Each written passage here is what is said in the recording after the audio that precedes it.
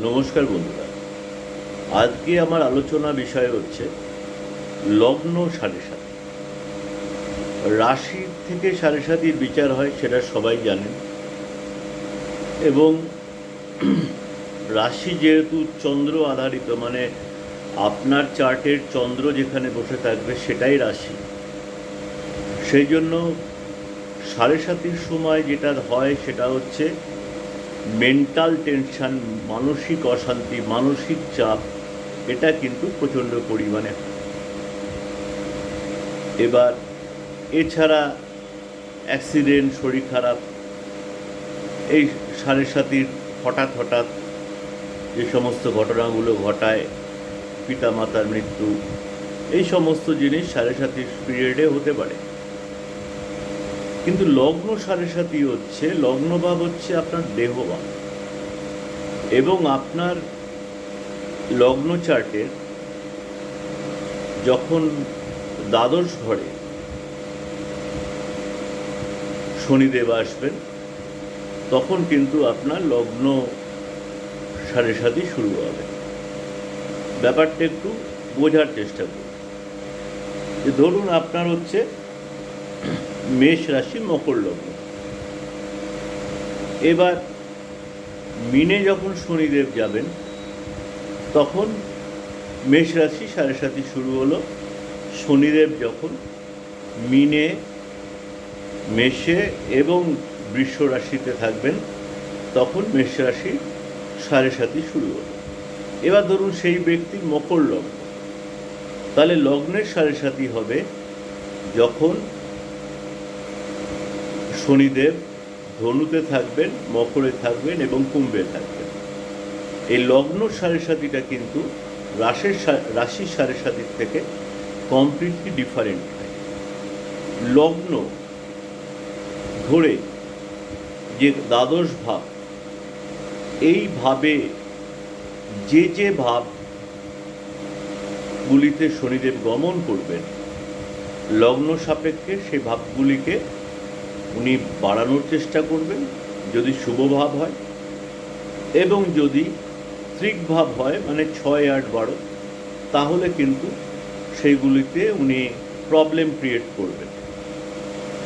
For an example, suppose কারুর মকর লগ্ন, যেটা দিয়ে আমি আগে বোঝাচ্ছিলাম, তাহলে ধনুতে যখন শনিদেব যাবেন, তাহলে সেক্ষেত্রে মকর লগ্নের জাতকদের কিন্তু খরচ বেড়ে যাবে, কেন ওটা হচ্ছে লগ্ন সাপেক্ষে দ্বাদশ ভাব। এবার যখন মকরে যাবেন, লগ্ন যেহেতু দেহভাব, তার শারীরিক কিছু অসুবিধা আসতে পারে। এছাড়া পরিশ্রম অত্যন্ত বেড়ে যাবে। এবার যখন উনি কুম্ভে ট্রানজিট করবেন, ধনভাব, সেখানে গিয়ে কিছু ফাইন্যান্সিয়াল প্রেশার ক্রিয়েট করবেন। আরেকটা এক্সাম্পল দিচ্ছি, সাপোজ শনিদেব এখন কুম্ভে আছে, তাহলে কন্যা লগ্নের জাতক জাতিকাদের কুম্ভ হচ্ছে ষষ্ঠ ভাব।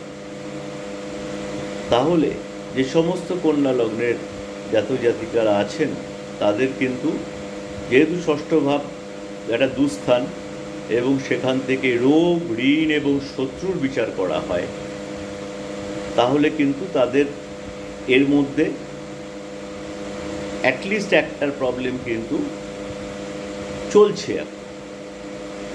এবার ধরুন সিংহ লগ্নের জাতকদের ক্ষেত্রে কুম্ভ হচ্ছে সপ্তম ভাব। সপ্তম ভাব থেকে কিন্তু স্ট্যাটাস বাড়ায়। এই শনিদেব কিন্তু বর্তমানে সিংহ লগ্নের জাতক জাতিকাদের স্ট্যাটাস বাড়াচ্ছে।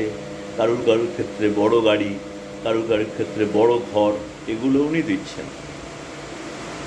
এইভাবে বন্ধুরা, যদি আপনি আপনার চার্টে বুঝে নিতে পারেন যে প্রত্যেকটা ভাব কী আছে, এবং শনিদেব যখন যখন সেখানে সেই ভাবে ট্রানজিট করবেন, তখন কিন্তু উনি এক এক রকমের ফল দেবেন।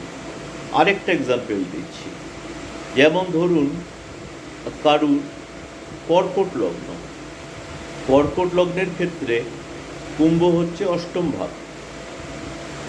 অষ্টম ভাবে কিন্তু শনিদেব প্রচণ্ড একাকিত্ব দেয়। যারা কর্কট লগ্নের জাতক জাতিকারা আছেন তারা কিন্তু গত 2 বছরের ওপর প্রচণ্ড একাকিত্বে আছেন, এবং এইটা কিন্তু আগামী 29শে মার্চ যখন শনিদেব ঘর পরিবর্তন করবেন তখন অবধি থাকবে। এইভাবে আপনি ইচ্ছা করলে আপনার রাশির সাড়ে সাথে, আরেকবার বলে দিচ্ছি, রাশি মানে মন, যেখানে চন্দ্র আছে সেটাই আপনার রাশি। রাশির সাড়ে সাথে মেন্টাল প্রেশার ক্রিয়েট করে, এবং এছাড়া লগ্নের সাড়ে সাথে কিন্তু আপনার বার্থ চার্ট অনুযায়ী দ্বাদশ ঘর, লগ্নভাব অর্থাৎ আপনার দেহভাব এবং 2 নম্বর ধনভাব, এই 3টে ভাবকে কিন্তু ডিস্টার্ব করবে। এছাড়া শনিদেব যে কোনো লগ্নেই কিন্তু শনিদেব সবসময় তো কোনো না কোনো ঘরে বসে আছেন। আপনার লগ্ন থেকে বিচার করে নেবেন যে বর্তমানে উনি আপনার কোন ভাবে বসে আছেন, এবং সেই ভাব অনুযায়ী উনি শুভ বা অশুভ ফল দেওয়ার চেষ্টা করবেন। নমস্কার বন্ধুরা।